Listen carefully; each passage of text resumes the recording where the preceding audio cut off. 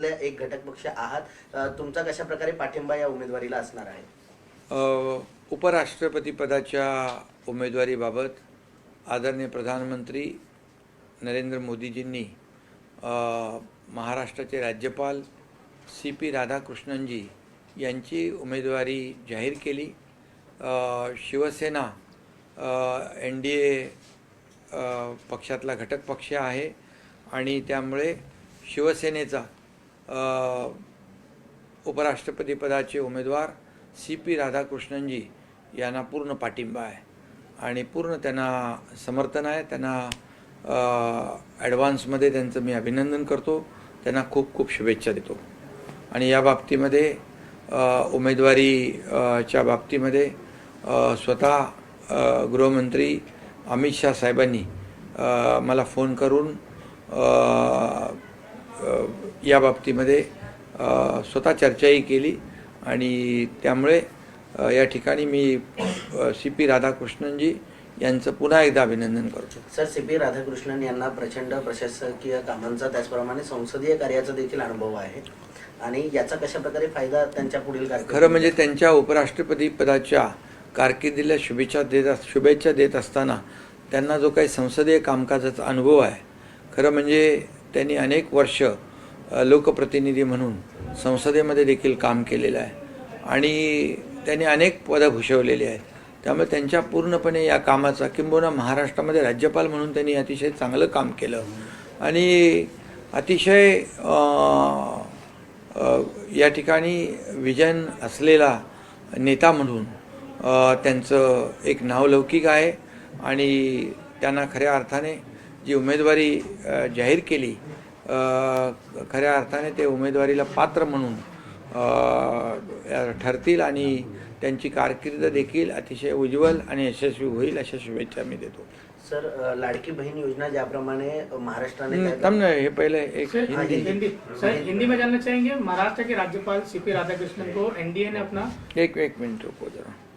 उमेदवार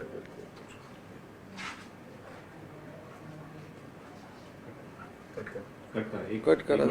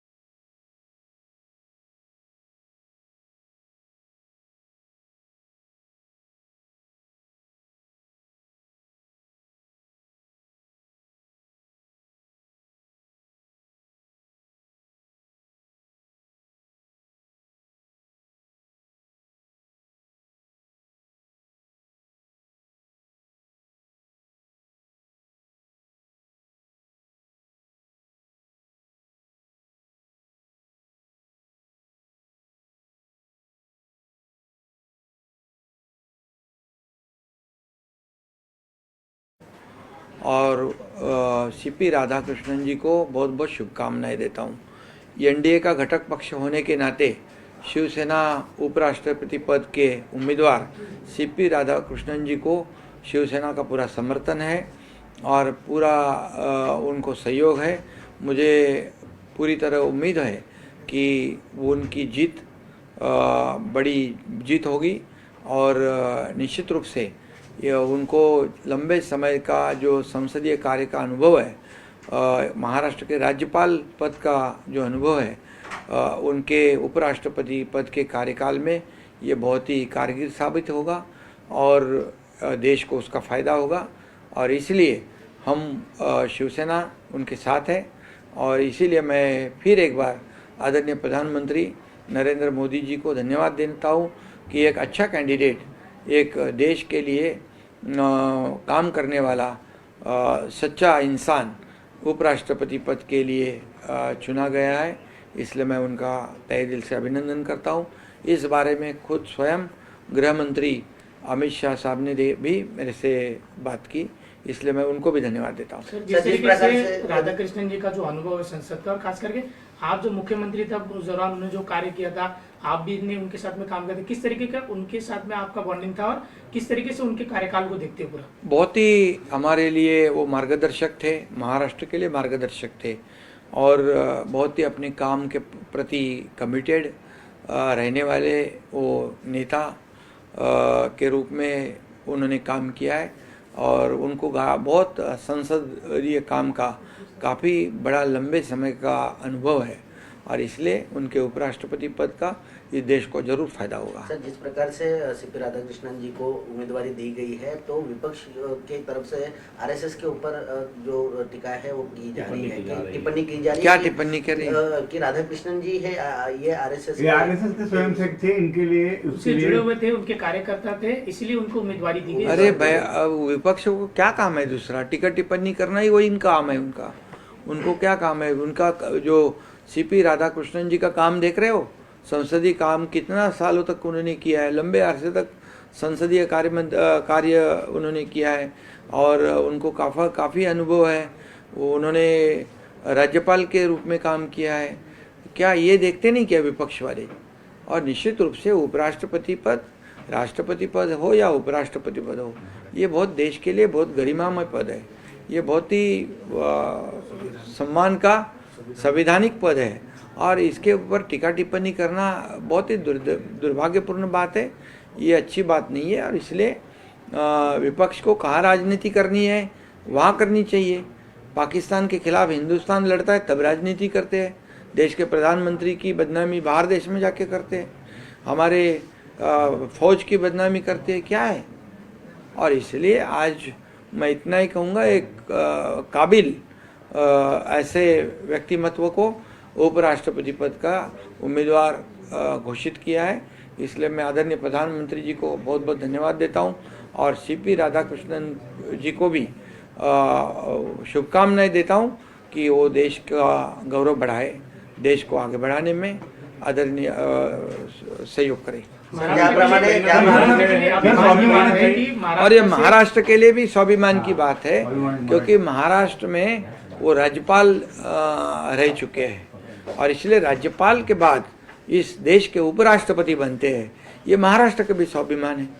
sir, CP Radhakrishnan यांना उपराष्ट्रपती पदाची जी उमेदवारी आहे ती दिली आहे, ते पहिले महाराष्ट्राचे राज्यपाल होते आणि त्याच्यानंतर आता उपराष्ट्रपती पदाची उमेदवारी दिलेली आहे। महाराष्ट्रासाठी हा गौरव असणार। खरं म्हणजे महाराष्ट्रामध्ये ते राज्यपाल म्हणून आले तेव्हापासून जी आमची सरकार आणि त्यांची जी काय बॉन्डिंग होती ती अतिशय चांगली होती, आणि ते राज्याला देखील एक मार्गदर्शक म्हणून काम करणारे राज्यपाल म्हणून त्यांचा नावलौकिक होता। आणि महाराष्ट्राचे राज्यपाल ते देशाचे थेट उपराष्ट्रपती हे जे काही सन्मान आहे तो त्यांना जो काही गौरव मिळाला आहे, यामुळे महाराष्ट्राला देखील याचा अभिमान आहे, आम्हाला सगळ्यांना अभिमान आहे। सर, आरएसएस एक चांगला व्यक्तिमत्वाला एक उपराष्ट्रपती पदाची संधी या ठिकाणी मिळालेली आहे। सर, आरएसएसचे प्रचारक असल्यामुळे त्यांना अशा प्रकारची संधी देण्यात आली असा आरोप विरोधकांच्या वतीने होतो, आणि जर असं असेल तर मग काय भूमिका असेल, काय सांगायला? खरं म्हणजे विरोधी पक्षाला कुठे टीका करायची कुठे करायची नाही हे कळतच नाही आहे, प्रत्येक गोष्टीत टीका करतायत। खरं म्हणजे उपराष्ट्रपती पद हे संविधानिक पद आहे, आणि यापूर्वी देखील ते खासदार राहिलेले आहेत, राज्यपाल राहिलेले आहेत, अनेक पदं भूषवलेली आहेत, त्यामुळे उपराष्ट्रपती पदासाठी त्यांना या सर्व पदांचा उपयोग आणि कामाचा अनुभव नक्की मिळेल, आणि ते उत्तम उपराष्ट्रपती म्हणून देशाची सेवा करतील, याचा अभिमान आम्हाला आहे आणि सगळ्यांनाच असला पाहिजे। आपण ज्यावेळी मुख्यमंत्री होतात त्यावेळी त्यांच्याबरोबर आपण काम केलेलं आहे। महाराष्ट्रासाठी कशा पद्धतीने पुढे वाटचाल, ज्यावेळी ते उपराष्ट्रपतीचे कॅन्डिडेट झाले तर कशा पद्धतीने महाराष्ट्राला अभिमान आहे, महाराष्ट्राचे राज्यपाल म्हणून आणि सरकारचं एक जे काही संबंध होते, जे बॉन्डिंग होतं ते अतिशय चांगलं होतं, आणि महाराष्ट्राला देखील मार्गदर्शन करणारे अनेक त्यांनी निर्णय घेतले। महाराष्ट्राला एक मार्गदर्शक म्हणून त्यांचा एक उपयोग झाला, आणि महाराष्ट्राचे राज्यपाल ते देशाचे उपराष्ट्रपती ही जी काही घोडदौड झालेली आहे याचा अभिमान महाराष्ट्राला आहे, आम्हाला आहे, सगळ्यांना आहे। सर, ज्याप्रमाणे महाराष्ट्र विधानसभा निवडणुकीच्या वेळेस लाडकी बहीण योजनेने संपूर्ण महायुतीकडे कल दिलेला पाहायला मिळालं, त्याच पार्श्वभूमीवर आता शिवसेनेने लाडकी सून जी शुभारंभ आहे, योजनेचा शुभारंभ केलेला आहे. लाडकी सून सुरक्षित अभियान जो आहे तो शिवसेनेच्या माध्यमातून आपल्या हस्ते त्याचा शुभारंभ करण्यात हे काही ज्या काही अत्याचाराच्या गोष्टी आपण पाहतो, घटना पाहतो, आणि खऱ्या अर्थाने शिवसेना ही नेहमी महिलांच्या रक्षणासाठी उभी राहते, आपल्या लाडक्या बहिणींसाठी उभी राहते. तसंच लाडकी सून आणि जे सुरक्षित सून हे अभियान या ठिकाणी शिवसेनेने सुरू केलेलं आहे. लाडक्या सुनेचं रक्षण हेच शिवसेनेचं वचन, ही भूमिका शिवसेनेने घेतलेली आहे. आणि ज्या ज्या ठिकाणी अशा प्रकारची घटना घडतील त्या त्या ठिकाणी आमच्या महिला आघाडीच्या रणरागिणी त्या ठिकाणी मदतीला पोहोचतील. सर, ज्याप्रमाणे तुम्ही सांगितलेलं आहे की ज्या ज्या ठिकाणी आपण गेलेला आहात त्या त्या ठिकाणी आनंद दिघे यांचं नाव घेतलं गेलं, ते असते तर अशा घटना घडल्या नसत्या, त्यामुळे तुम्ही ठाण्यातून हा शुभारंभ केला. हा, ठाण्यामधून शुभारंभ करण्याचं कारण एवढंच की धर्मवीर आनंद दिघे साहेबांच्या काळात देखील ज्या ज्या ठिकाणी अशा प्रकारचे अन्याय अत्याचार होत होते त्यांना तात्काळ त्या ठिकाणी दिलासा देण्याचं काम दिघे साहेब करायचे, त्यांना न्याय मिळवून द्यायचं काम करायचे. आणि म्हणून मी अनेक ठिकाणी गेलो, पुण्यात देखील गेलो, त्यावेळेस त्या परिवाराने आवर्जून आनंद दिघे साहेबांचं नाव घेतलं. आणि म्हणूनच आज ठाण्याच्या आनंद दिघे साहेबांच्या आनंद आश्रमातून याची सुरुवात होते. एक टीम बसेल आणि त्या ठिकाणी एक हेल्पलाईन नंबर असतील, त्याचबरोबर ईमेल ID डेव्हलप आपण करू, व्हॉट्सअप आपण हे करू, आणि त्यामुळे तिथं त्यांना तक्रारी करता येतील आणि बिलकुल त्याची गुप्तता पाळली जाईल.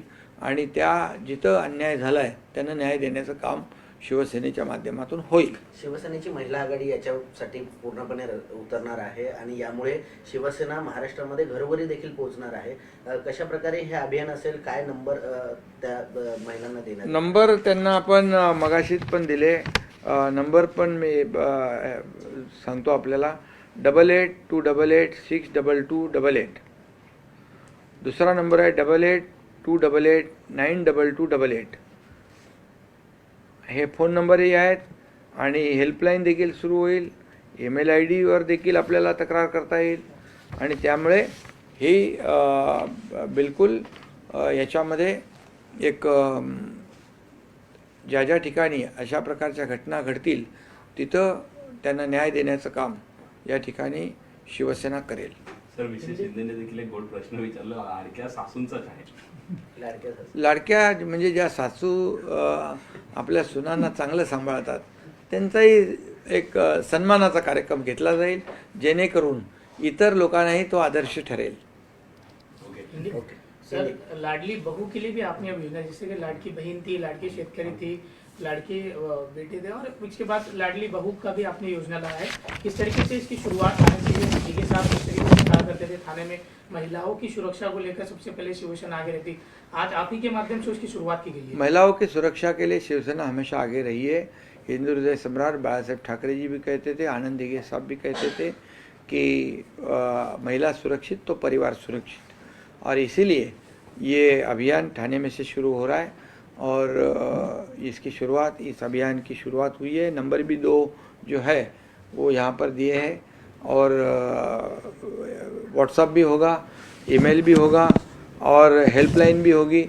ये सब जो सिस्टम है वो पूरी तरह लागू होगी, और इसमें जहाँ जहाँ अन्याय होगा, जहाँ ऐसे प्रकार होंगे, वहाँ पर हमारी महिला आघाड़ी शिवसेना की वहाँ मदद करेगी, शिवसेना मदद करेगी. और कहीं पर भी अन्याय ना हो इसकी पूरी तरह